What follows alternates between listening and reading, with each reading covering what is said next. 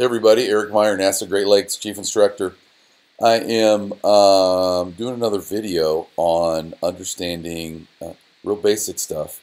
If you're headed to a workshop, you should watch this video and it should make sense. And if you don't watch this video, and you probably shouldn't come to the workshop, honestly. This is a basic one. This is the longitudinal trace, and you need to understand this. There's three that we're going to do: a speed trace, a longitudinal trace, and a latitudinal trace. And lat G and long G. And you need to watch these three in order to come and be well prepared, or even decently prepared, for the workshop. And if you don't, you're kind of going to struggle. Okay? So watch them. They're 10-15 minutes. Here we go. First off, I'm going to send you this same file, which is right here. I'm going to share it with you. And if I was sending it to, what's Robin's handle? Racer Robin or something like that. He's got something crazy. Think fast rate. There's Jason. I think yours was movie racing or something, wasn't it?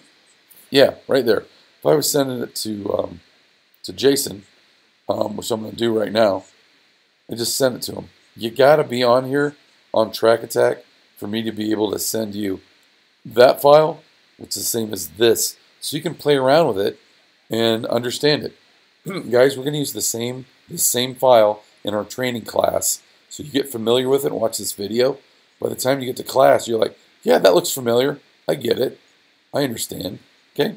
That's what we're going to do.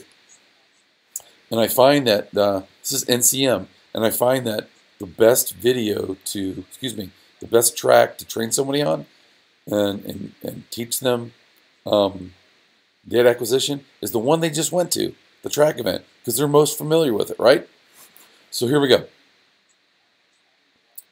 We're going to start by pulling up the, the GPS speed, as we always do. This is the most important trace to understand. We know that John Alfini was going 129.2, fastest part of the track. We know that down here he was going 38-ish, give or take, plus or minus, which was right there, right?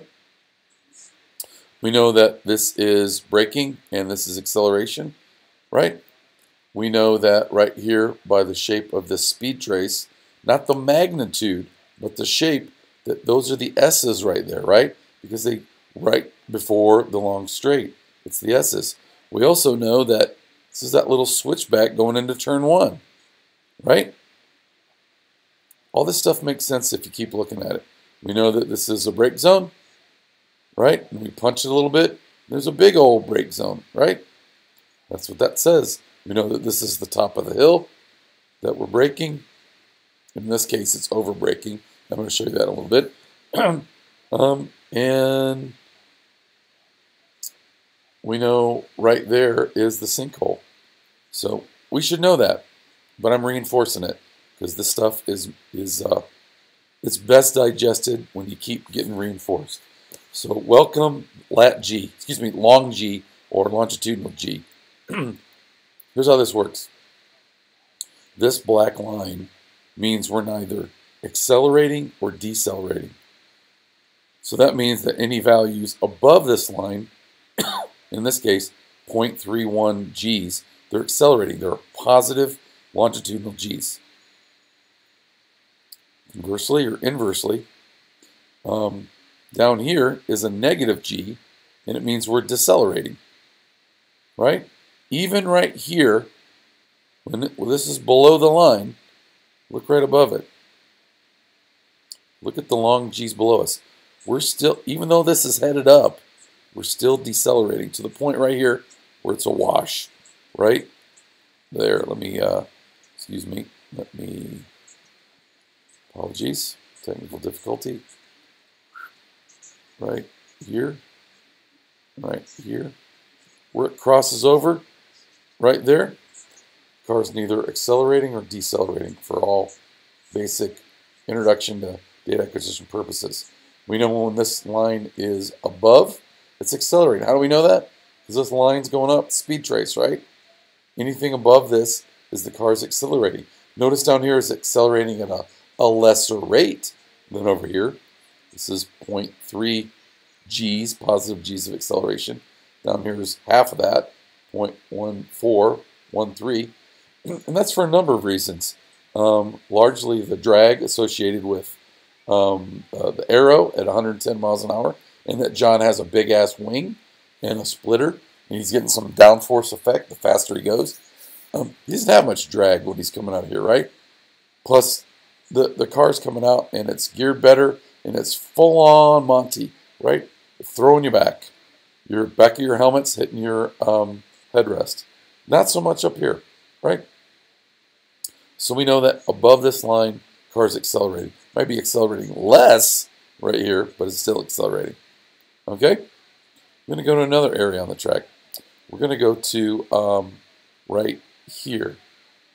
We're going to look at this whole area. And again, we're looking at long G's. Okay? We came over the top of that hill where the car was light.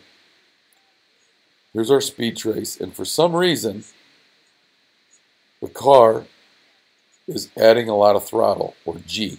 And we remember from our steering wheel to throttle pedal example in HPD1 about the string that's connected. If you can push the throttle down, you got to unwind the wheel, which means you can't have more turning, which means you can't have more lateral grip. That's what's happening right here. We're adding more throttle, which means we can't add more lateral grip, right?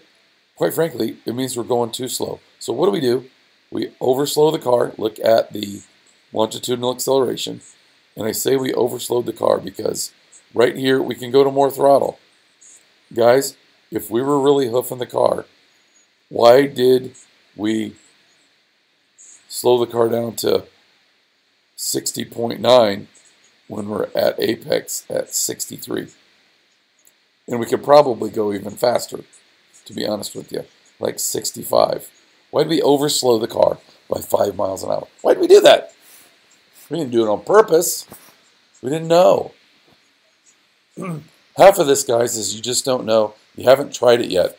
And what generally you have to do is you back up the end of your brake zone by about a half a marker, come off your brakes more gently and faster, and do a nice, pretty, giant radius into a quick corner, and you will find a couple of tenths. When you find yourself with the ability to go back to throttle before apex, you have overslowed the car. So you've entered slower than you need to be. In a lot of cases, you might be taking away lateral grip as well. So you have less grip potential. You should be at or near apex and having a bunch of lateral grip. In fact, so much that you can't add any forward movement, which is longitudinal G's. The fact that he's able to do this means he's not using all his lateral grip, nor is he near it, the edge of it. So that's how we know we've overslowed.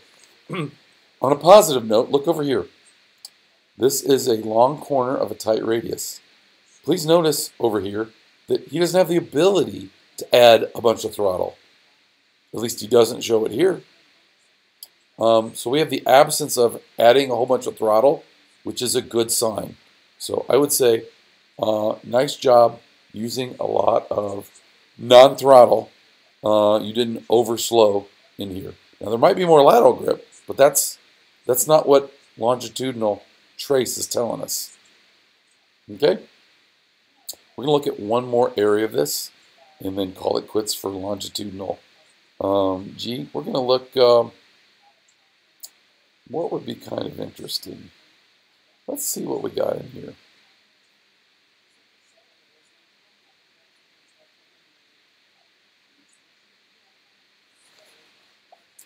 What I see right here, remember this is going uphill, is that John is adding some acceleration and then there's some deceleration, right? Because it's below, not the act of going down, that would be to zero. There's actually some decel, and it happens here again. That's not tire scrub. Neither is that. The name of the game for this type of corner leading to a straight, it's kind of a priority corner, as you may have heard. The old concept about that, the corner that leads to the longest straight. That might not be true for all corners like that, but they're pretty damn important, and we're going to look at that. Okay, so we're going to look at this, and we're going to say, teach me something about longitudinal G, right? And in this case, we can say, I'm going to put the map on so you can see it. We're going to zoom in. Teaching about longitudinal G, that we can say that from right here forward, he was accelerating, had a greater accelerating rate than being steady, right? That's what that means, right? But we also know that he started accelerating, and that thing takes a little series of lower movements. It like starts accelerating, and then it kind of like the rate stops a little bit. Now, part of that is because of the speed that we're going, but another part of that is he's been chasing his tail around here, which is what this says right here. It says we're accelerating, and then we're deaccelerating. Guys, why would you be decelerating at the apex? Look at the track map. This is a symptom of an early apex, and in this particular case, it's a big run that comes all the way through here. The ability to carry more speed, and then when you go flat, you're going flat at a higher speed, really means you're rocking and rolling. And for this kind of corner, that's what you want to do. When you go flat, when you go to flat throttle as early as possible, if you're going really fast there and you go to flat throttle, you're going to rock. So you want to take that throttle, move it back as far as you can where you go flat, but also try to greet that with some pretty decent speed. Okay, so we're learning about where to find time and look for time with the longitudinal acceleration. When it's above, the car's accelerating. When it's below, the car's decelerating. So right there, we've messed up our run. Let's look one more place. Actually, no. Let's do the next video, and we're going to go to latitude, and we're going to talk a little bit about latitude. Thanks for tuning in. I'll see you at a workshop soon.